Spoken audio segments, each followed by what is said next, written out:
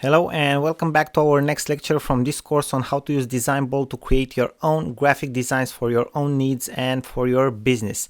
In the previous lectures, we have seen how you can create an account for free, how to customize and edit different elements of your templates, and how to add different new elements to your templates. Now we will discuss about the menu that we have in the left side when we are actually editing our own canvas, how to add different types of elements and texts to our graphic to make it look better, and how to use the icons. Now you have previously seen how to open this template that we have right now on the screen in the canvas editor, and we will use the same graphics in order to showcase the other features that we have with DesignBold. So first of all, let's take the left side menu. So we have the element section, which you are already familiar with, and we haven't seen the icons part and the frames part. The icons, we just have to open all of them, and we have different icons that we can add to our design so we make them look better. For example, very recently we had Christmas, and obviously we had different icons for Christmas. This is just an example. Now if we scroll down, we can see different other types of icons. Let me just check. Okay, like this one, the euro sign. I will delete this one.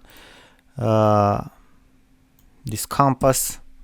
Okay, for the email addresses and different types of icons. Okay, so this is how we can use icons. We also have something which is very interesting. We have frames. Inside of frames we can put different photos. For example, this is a frame, and if we go to the free photo section here in the left side menu, let's say we want to put this frame. Just 1 second, let's make this bigger. Okay, we have put the photo here in the frame. Now we can edit it. We can double click on the photo so we can move it, make the photo maybe smaller, bigger, it doesn't matter. Okay, now let me delete the frame. So this is how frames work. We have polygons, but you have seen them already in shapes. Now let me close this one. So this is how frames works. And we also have grids. Grids are pretty, let's say grids are a way of using your whole canvas, okay, in different parts.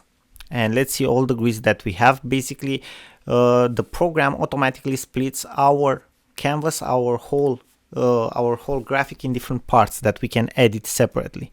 Okay, we have different types of grids. We have selected one with 2 parts. They are like photo layouts, if you know photo layouts. Okay, for example, right now in this one we can put different photos. Let's go to free photos. We can put this one here. We can add this one here. We can put this one here, this one here. So we can actually use this to create photo layouts as well. So this is how the grids are working. Okay, now let me show you another thing, how we can use the backgrounds. We have different types of backgrounds. In our case, we won't see the backgrounds because we need a clear editor, and that's why I've deleted everything. For example, let's say we want black. We can select different types of colors. Then we also have patterns here. We can select different types of patterns. So this is how we change the backgrounds. Okay, pretty nice, pretty simple, not complicated at all. Now let me show you how we can add text. We just select the text icon, and you will see that we also have templates for text. For example, this one here. This one is a template for a text. We can double click on it, change the name, test1, change the actual text, sorry. Okay, here we have the option, uppercase. So this is how we can add different types of text and use templates for text. Pretty interesting, right? Okay, title, again another template. This is like a small graph or chart, another type of template. Numbers, so we have different options. Okay, stamps, lots of different options. Okay, for text. And we can also add our own text like headings. And we have here, let me just change this one, add test 1. Okay. And what's very interesting, we can change the font, as you already know. We can select our own fonts. We can change the type, the size. And also we have the options for bold, italic, different options for text. Okay, I will delete this one.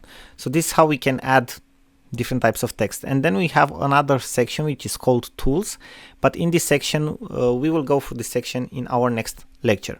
Thank you very much for watching. I hope that now it's more clear to you how we can use the elements, the frames, the grids, and also how we can change the background and add text to our design. Thank you for watching, and we are looking forward to see you in our next lecture, where we will see how we can use charts and